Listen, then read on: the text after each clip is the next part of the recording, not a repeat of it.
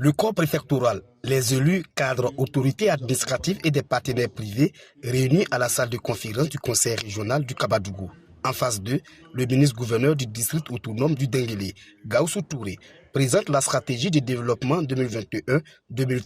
Une stratégie axée sur 10 projets à réaliser par l'État et le district. L'agriculture figure au nombre des priorités avec un accent particulier mis sur le développement de la production du riz et du soja. C'est sur l'agriculture que nous comptons pour assurer le développement. La culture la plus importante, c'est le riz, parce que le riz est l'un des aliments de base des Ivoiriens. Il sera donc la principale culture vivrière que nous allons développer. Les questions d'accès à l'eau potable, l'éducation et une santé de qualité restent des défis majeurs à relever. Au niveau de l'enseignement, il y a beaucoup de collèges, des classes primaires et pour le préscolaire qui sont prévus, aussi bien au niveau du Folon qu'au niveau de Kabadougou. Au niveau de la santé, les projets le plus important que nous avons, c'est la construction des CHR, d'Odjené et de Minignan. La mise en œuvre effective de cette stratégie de développement requiert l'implication de toutes les filles et de tous les fils du Denguélé, d'où l'appel de Gaussou Touré à l'union et à la cohésion sociale et au vivre ensemble. Aujourd'hui, l'ensemble des fils et des filles sont d'accord sur le fait qu'il faut que nous soyons développés. Mais pour qu'on soit développé, il faut taire toutes les querelles intestines pour qu'effectivement nous puissions nous tourner vers le développement réel de notre district. La mise en œuvre effective de cette stratégie de développement requiert l'implication de tous les fils du Denguélé, d'où l'appel de Gaussou Touré à l'union, à la cohésion et au vivre ensemble.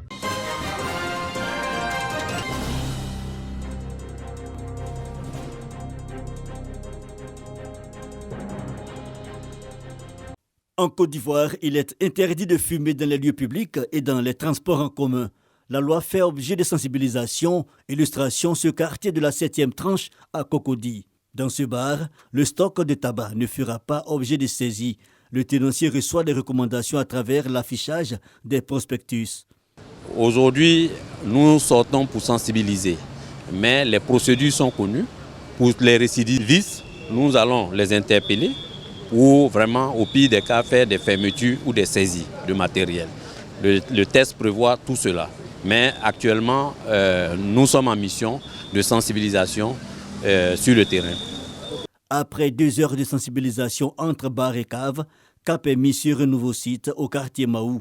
Ici, tout semble correct selon l'agent de contrôle, mais la propriétaire des lieux est invitée à multiplier les actions. Aujourd'hui, nous avons une assurance.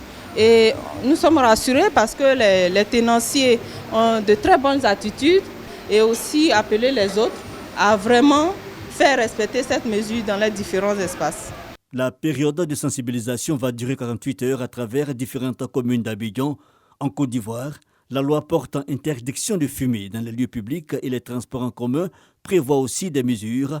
Lors de cette tournée, aucune marchandise n'a été saisie et aucun espace incriminé. Selon le PNLTA, les communes de Yopougon et Abobo sont les zones les plus touchées par le phénomène.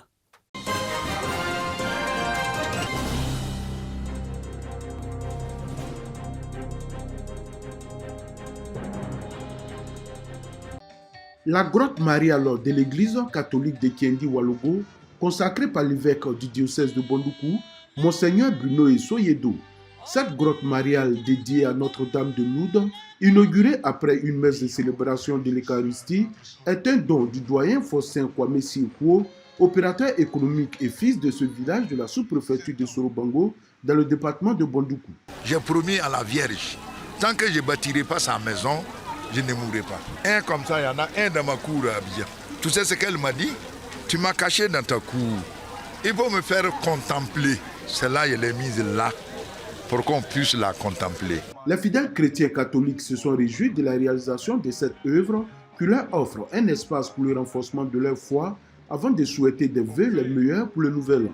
Je souhaite en cette année la paix, surtout pour Kendi Oualogo, et que l'année 2024, que les habitants de Kendi Oualogo puissent vivre dans la paix. Le premier responsable du diocèse de Bondoukou a fait des prières pour le couple Kobena Kwasi Adjumani, pour le donateur et pour la communauté chrétienne catholique tout entière. Il a aussi exhorté les fidèles à venir se recueillir à cet endroit. La grotte est un lieu de prière, un lieu de recueillement. Et qui dit prière dit Dieu, dit grâce. Donc pour nous, c'est un autre lieu de prière qui vient s'ajouter à ce que nous avons au niveau du diocèse, qui va donner la possibilité aux fidèles chrétiens de se recueillir, de prier et de recevoir les grâces qui viennent du Seigneur. Au cours de cette cérémonie, les fidèles chrétiens catholiques ont aussi prié pour la paix en Côte d'Ivoire. Le ministre d'État Kobena Kwasi Adjumani, faut-il le rappeler, a fait un don en numéraire aux populations présentes à cette célébration.